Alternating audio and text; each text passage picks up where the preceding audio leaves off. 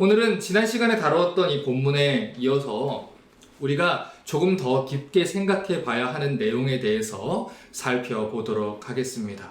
먼저 이 로마서 설교를 하면서 여러분에게 말씀드리고 싶은 건, 로마서는 바울이 로마 교회 성도들에게 써내려간 편지라는 것입니다.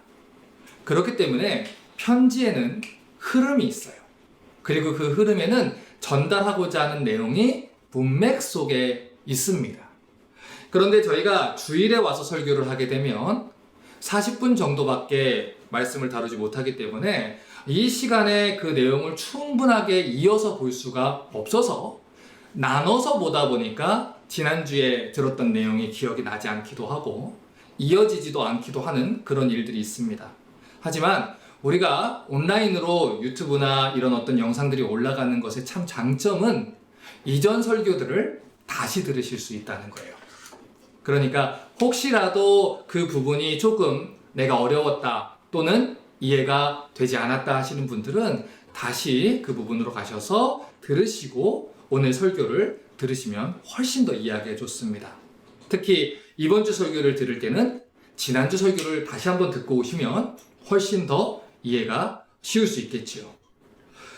사도 바울은 로마서 5장까지 내용을 통해서 오직 믿음, 오직 은혜, 하나님의 그 은혜로만 이루어지는 구원에 대해서 전파했어요. 자, 그런데 바울이 이렇게 오직 은혜로 말미암는 복음의 메시지를 편지로 적어 내려가는 가운데 한 가지 걱정이 생겼다는 겁니다. 그것은 바울이 오랫동안 복음을 전해오면서 받아왔던 어떤 질문과 관련이 있는 문제였는데, 사도 바울이 지금까지 오직 믿음으로만 구원받습니다, 오직 은혜로만 구원받습니다, 이 칭의 교리를 전할 때마다 사람들에게서 자주 나오던 그 질문이 있었다는 것입니다. 로마서 6장하고 7장을 보면 바울이 스스로 두 가지 질문을 던지고 답변을 스스로 적어 내려가면서 이 질문들에 대해서 답변을 주고 있는데, 이 질문들이 왜 나오게 됐는지 로마서 5장 20절을 다시 한번 보겠습니다. 율법이 가입한 것은 범죄를 더하게 하려 함이라. 그러나 죄가 더한 곳에 은혜가 더욱 넘쳤나니. 자, 지금까지 이 바울이 율법의 역할을 설명을 하면서 성도들이 율법이 아닌, 우리의 행위가 아닌 은혜로만 구원을 받는다, 이 칭의 교리를 설명을 했어요. 그런데 그런 칭의 교리를 들었던 사람들이 가만히 듣다가 이런 질문들을 했다는 거예요. 자, 첫 번째 질문은 이겁니다. 바울 선생님, 오직 은혜로만 구원을 받는다고 한다면 그러한 교리는 오히려 많은 사람들이 죄 짓는데 면죄부를 주고 죄를 짓는데 용기를 더해주는 거 아닙니까? 선생님이 주장하는 오직 은혜의 교리를 들은 사람들이 예수 믿기 전보다 훨씬 더 담대하게 죄를 지으면 어떻게 하실 거예요? 지금 바울 선생님이 말한 대로 죄가 더한 곳에 은혜가 더 넘쳤다, 이 얘기를 한다면 우리가 죄를 더 많이 지을수록 더욱더 하나님의 은혜가 넘치게 부어진단 말 아닙니까? 그러면 내가 더욱더 죄를 많이 지을수록 하나님 은혜를 더 많이 받게 된다는 것이고, 죄를 더욱더 많이 지을수록 하나님의 은혜를 더 많이 깨닫게 된다는 말이 아닙니까?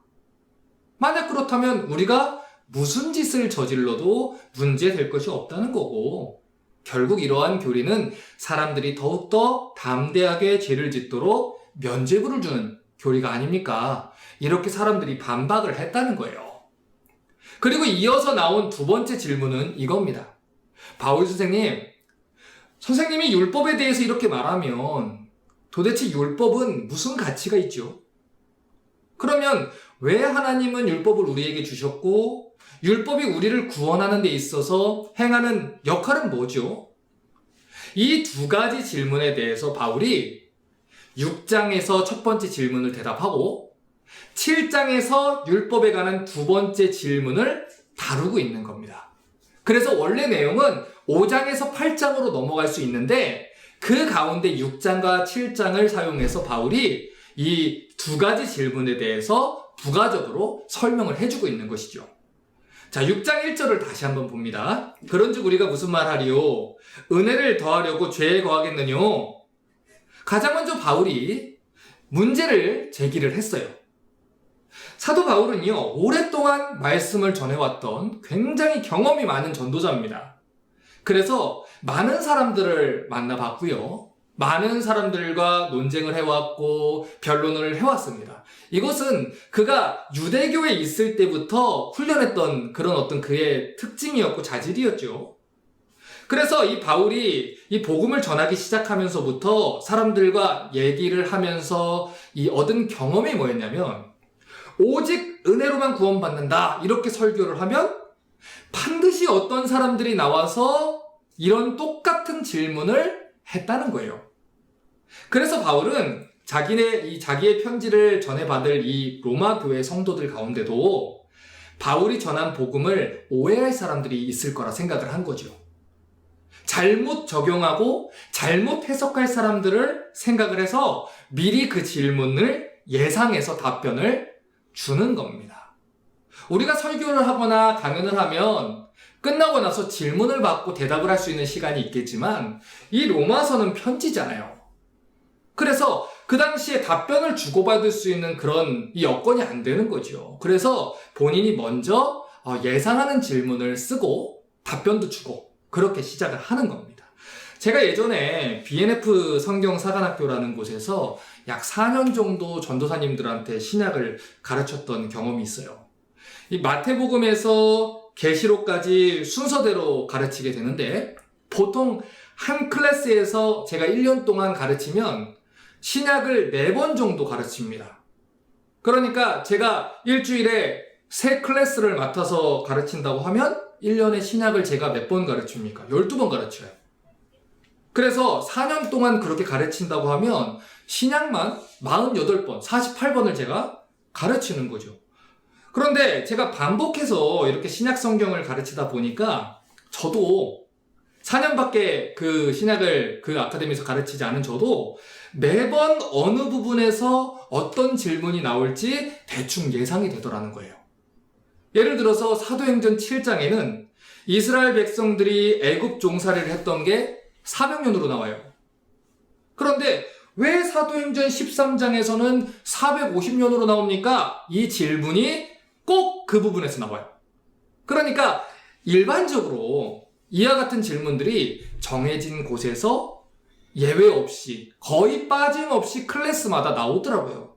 그렇기 때문에 저도 요령이 생겨서 이 부분을 다룰 때는 미리 그 질문에 대해서 제가 언급을 하고 설명을 하고 강의를 진행했습니다. 그렇지 않으면 같은 질문을 가지고 몇 사람들이 반복해서 와서 질문을 끝나고 하거든요.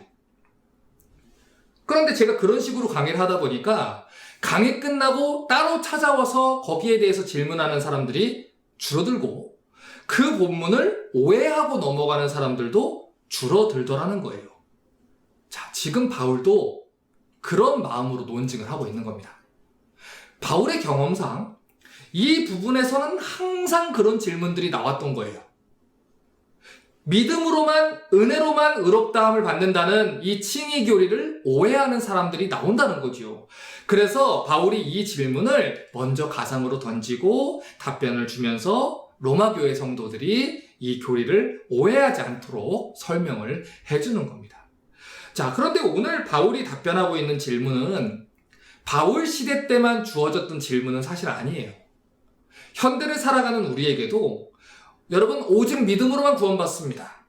오직 은혜로만 구원받습니다. 이렇게 은혜의 복음을 얘기를 하면 똑같은 반대와 의심이 담긴 질문들이 주어지게 됩니다.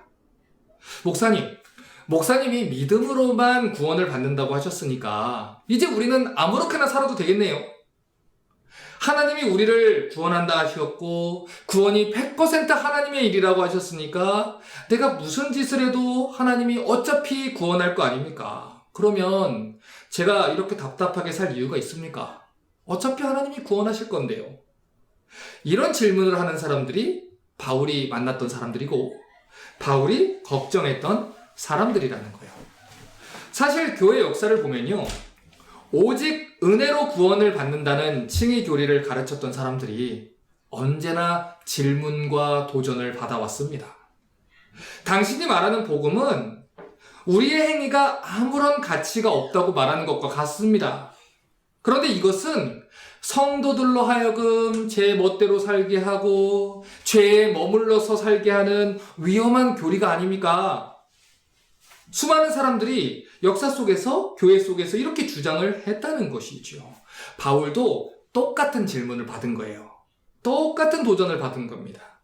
그래서 바울이 그런 질문을 할 로마 교회 성도들을 위해서, 그리고 우리를 위해서 분명하게 성경적 답변을 주는 거예요. 자, 그럼 이런 질문에 대해서 바울이 뭐라고 답변하는지 보겠습니다. 6장 2절입니다. 그럴 수 없느니라. 죄에 대하여 죽은 우리가 어찌 그 가운데 더 살리요. 자, 바울이요, 굉장히 단호하게 말해요. 그럴 수 없느니라. 그럴 수도 있겠다가 아니에요. 그럴지도 모른다가 아니에요. 그럴 수 없느니라. never. 이렇게 얘기하고 있는 거죠.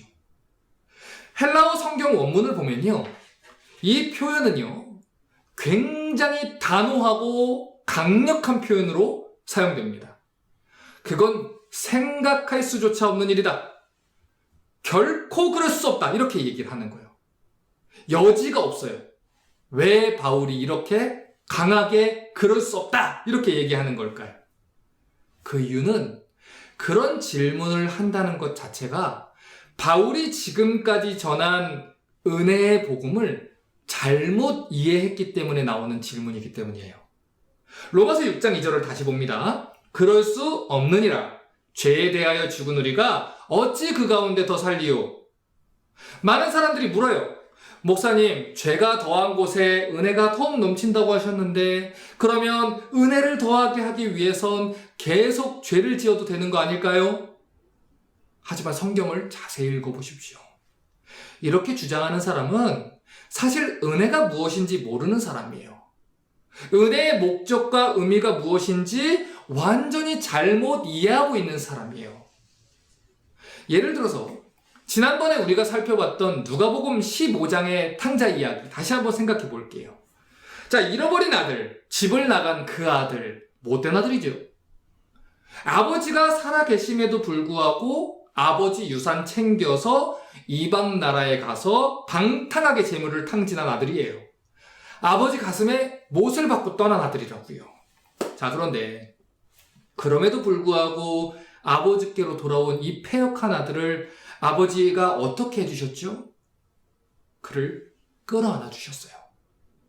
새 가락지를, 반지를 끼워주시고 잔치를 벌이고 아들의 그 신분을 회복시켜 주셨어요. 이게 은혜를 입은 거예요. 이 아들은 은혜를 입은 거예요. 그 아들이 행한 대로 했다면 그 집에 못 들어가죠.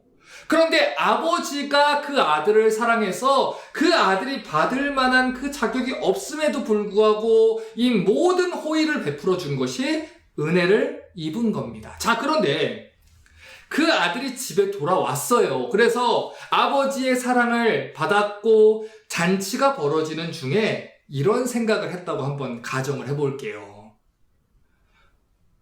이거 너무 좋은데? 아버지가 나를 끌어안아주는 것도 너무 좋고, 눈물을 흘리면서 가락지를 껴주는 것도 좋고, 내가 주인공인 이 잔치를 벌여주는 것도 좋고, 아버지가 나만 바라보고 괜찮다고 얘기하는 것도 너무 좋은데, 이렇게 좋은 것을 한 번만 경험하는 것은 너무 아까운 거 아닐까? 그러면 어떻게 할까? 그래, 다시 집을 나가는 거야. 이번에는 훨씬 더 완벽하게 허랑방탕하게 살다 와야지. 그러면 아버지가 나를 더 끌어안아 주시겠지? 나를 위해서 더 큰 은혜를 베풀어 주실 거야.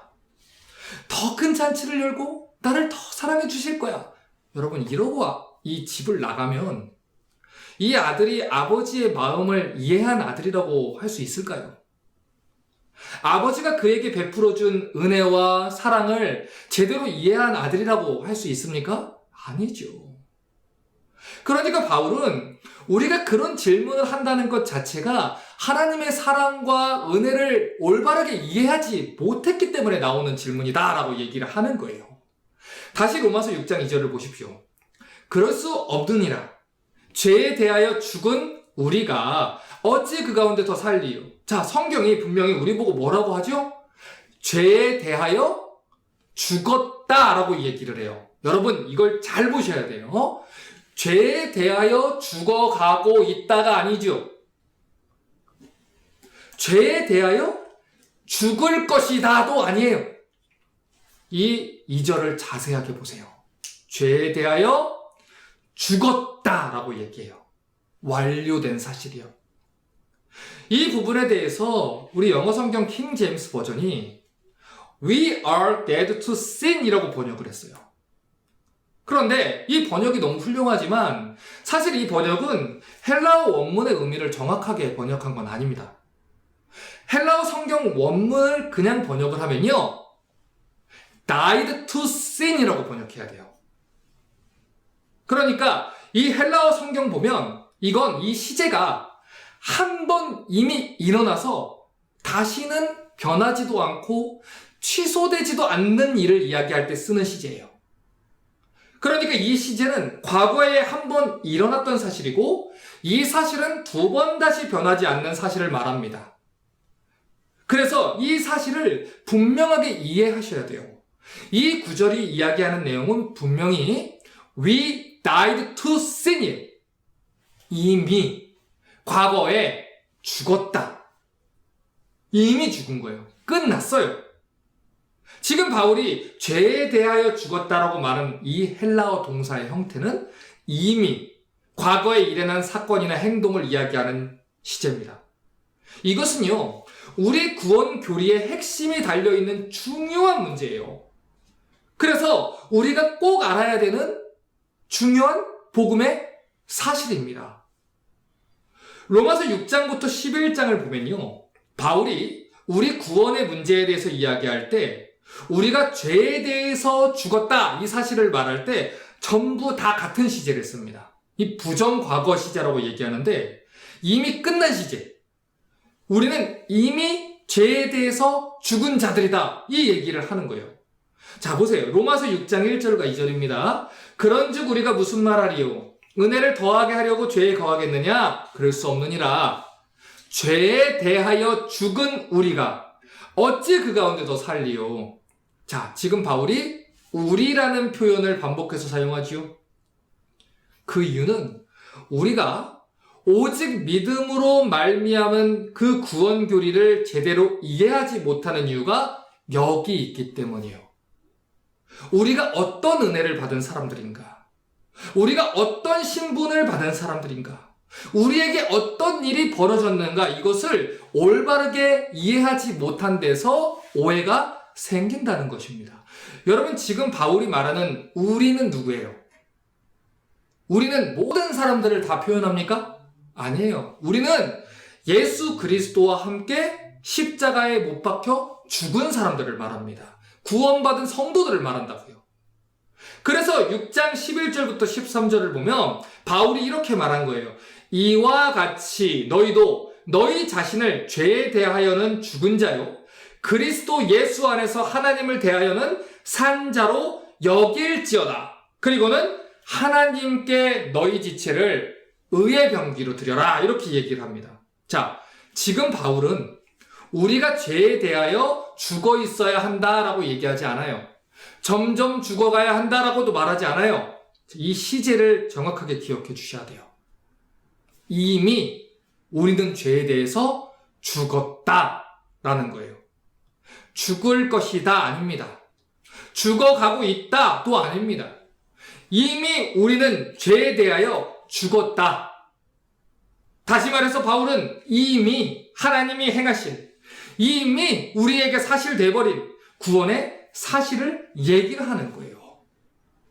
그러면 우리가 죄에 대해서 죽었다는 것은 어떤 의미가 있습니까? 로마서 5장 21절을 다시 한번 볼게요. 이는 죄가 사망 안에서 왕 노릇한 것 같이 은혜도 또한 의로 말미암아 왕 노릇하여 우리 주 예수 그리스도로 말미암아 영생에 이르게 하려 아멘이라.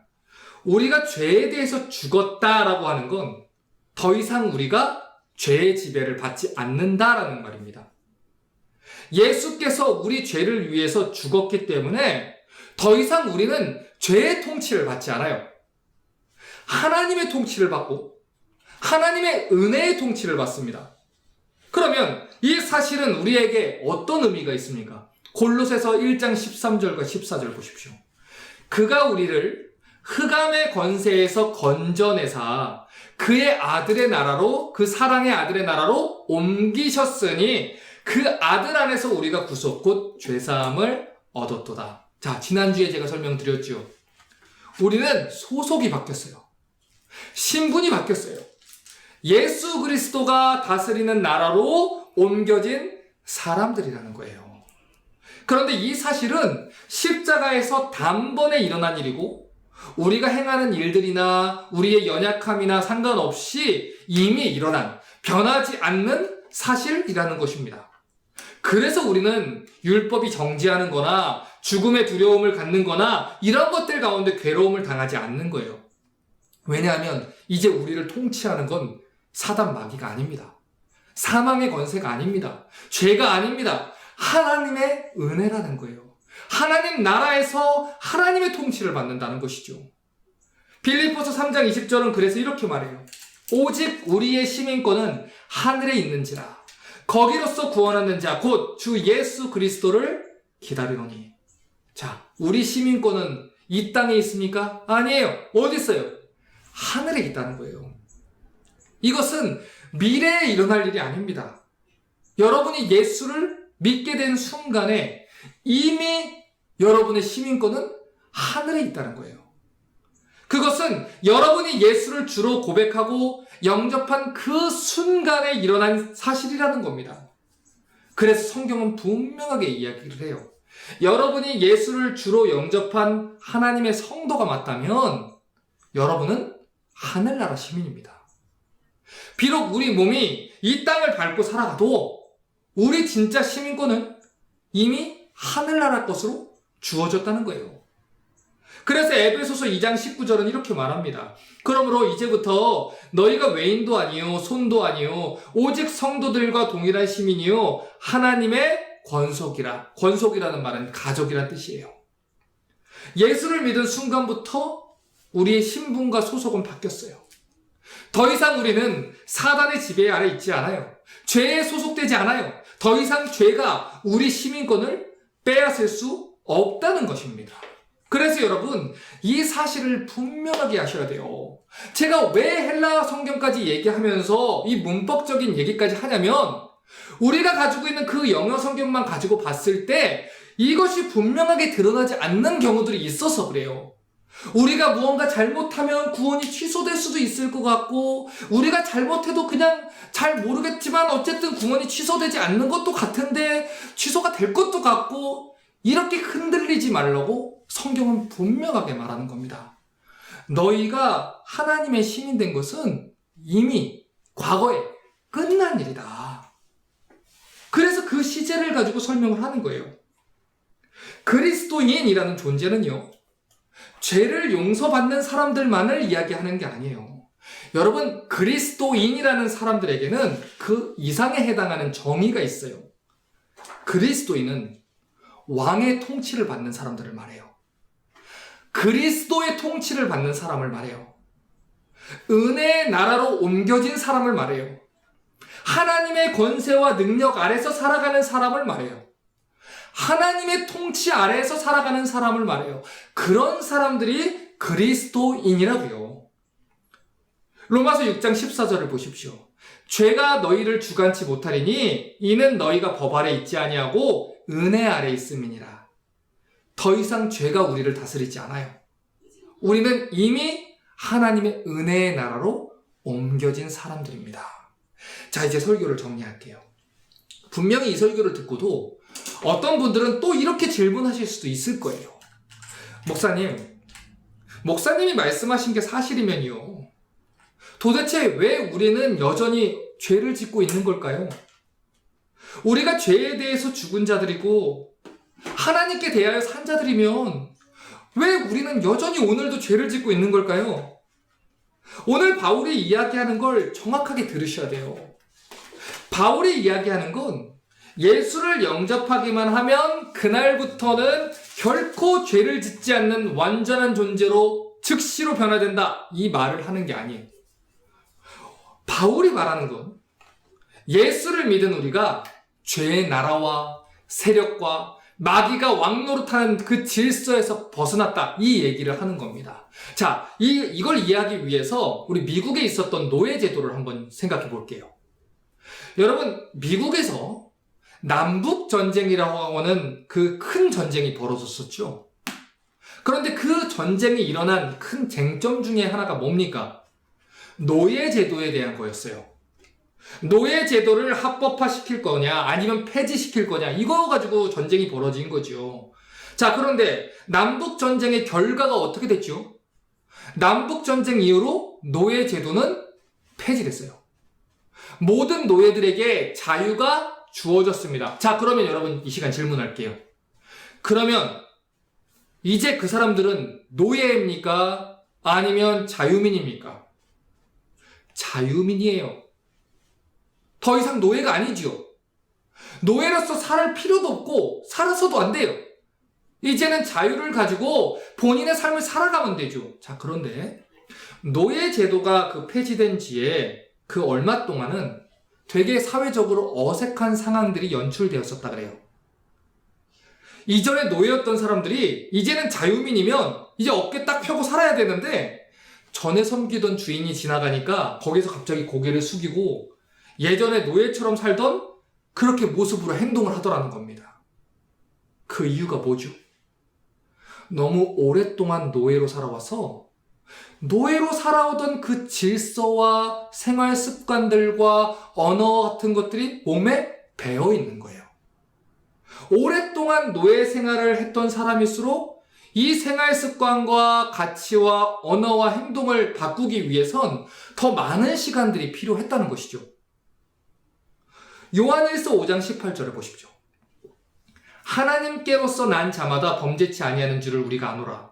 하나님께로서 나신 자가 저를 지키심에 악한 자가 저를 만지지도 못하느니라. 자, 이 말이 무슨 말이에요?